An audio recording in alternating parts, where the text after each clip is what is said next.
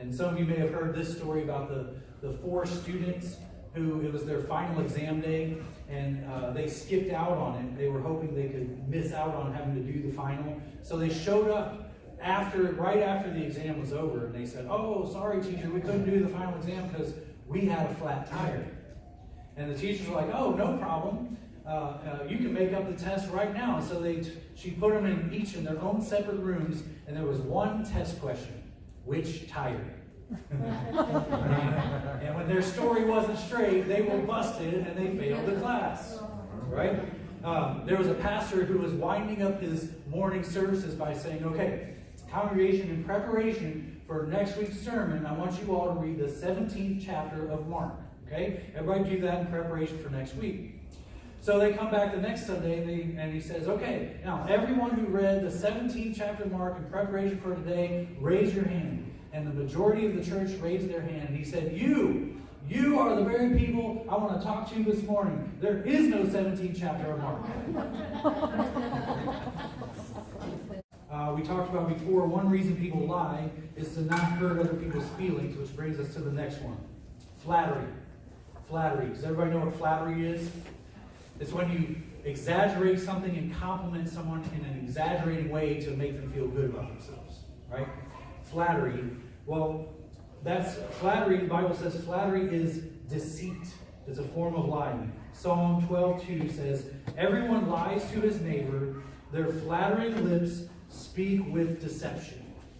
So flattery, according to the Bible, is a form of deception. Again, you're deceiving the person. So you see somebody with a new hairdo, and you say, "Oh, what a great hairdo," when inside you're thinking, "That's the dumbest hairdo I ever saw."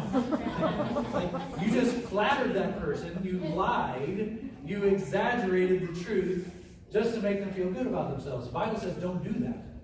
That's lying. It's a form of deception.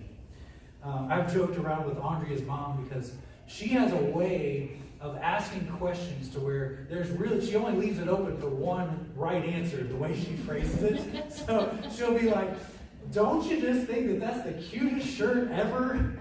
And you're like, "How am I supposed to answer that?" There's only one way to answer that. Like, you want a yes, obviously. Well, I've got to turn, well, what if I don't think it's the cutest shirt ever? Like, obviously, if I say, "Well, no, I think that's the ugliest shirt ever," like, that's going to hurt her feelings, right? So we don't want to do that. But we're not supposed to lie either, right? So where's the solution? Well, the Bible offers the solution of speaking the truth in love. That's the solution. Instead of lying, speak the truth in love. Ephesians 4:15. "Instead, speaking the truth in love, we will in all things grow up into Him who is the head, that is Christ.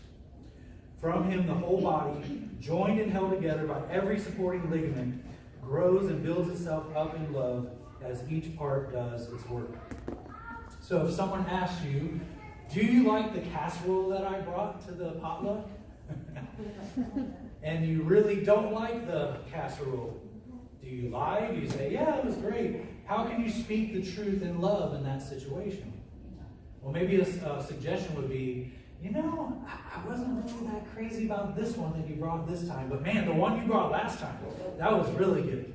Right? See what I did? I told the truth. No, it wasn't that crazy. It wasn't my favorite. What if the one before was no good either? Then you're really in trouble. Then you just say no new casserole.